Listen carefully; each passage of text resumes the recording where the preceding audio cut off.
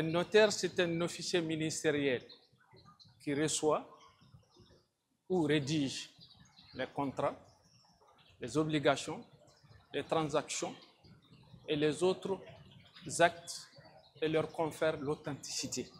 Ça veut dire que tout ce qui n'est pas interdit, parce que le notaire, il exerce dans le cadre de la légalité.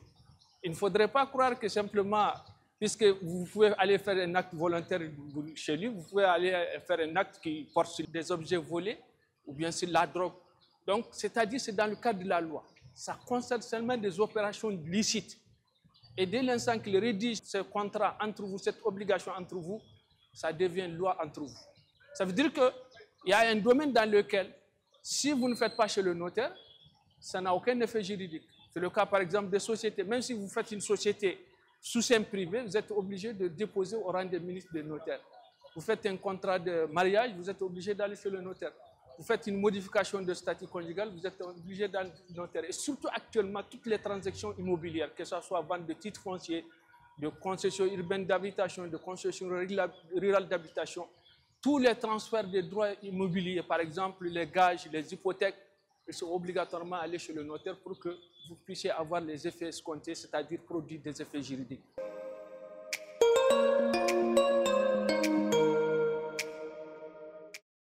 Aujourd'hui, nous avons des difficultés par rapport au titre que nous gérons. Par exemple, je vous ai dit que toutes les transactions immobilières, normalement, doivent être gérées par les notaires. Mais combien de fois il y a dans les CIH? Combien de fois il y a dans les titres fonciers?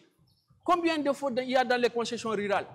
Il faudrait quand même qu'on prenne les devants et qu'on explique aux gens pour qu'ils comprennent que c'est le marché même qui est miné. La corruption, c'est à tous les niveaux.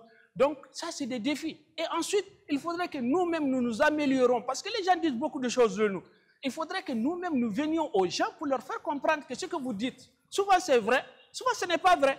Et c'est pour cela qu'on demande aussi à ce que certaines choses soient modifiées. Par exemple, une hypothèque. Vous prenez une hypothèque pour prendre un crédit au niveau de la banque. Vous allez inscrire ça à 0,9% dans le temps. Aujourd'hui, c'est à 1,2%.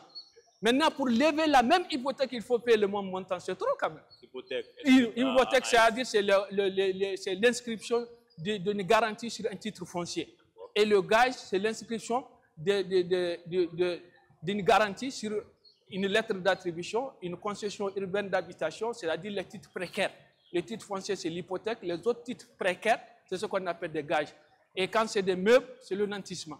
Mais c'est tous la même chose, mais l'appellation diffère.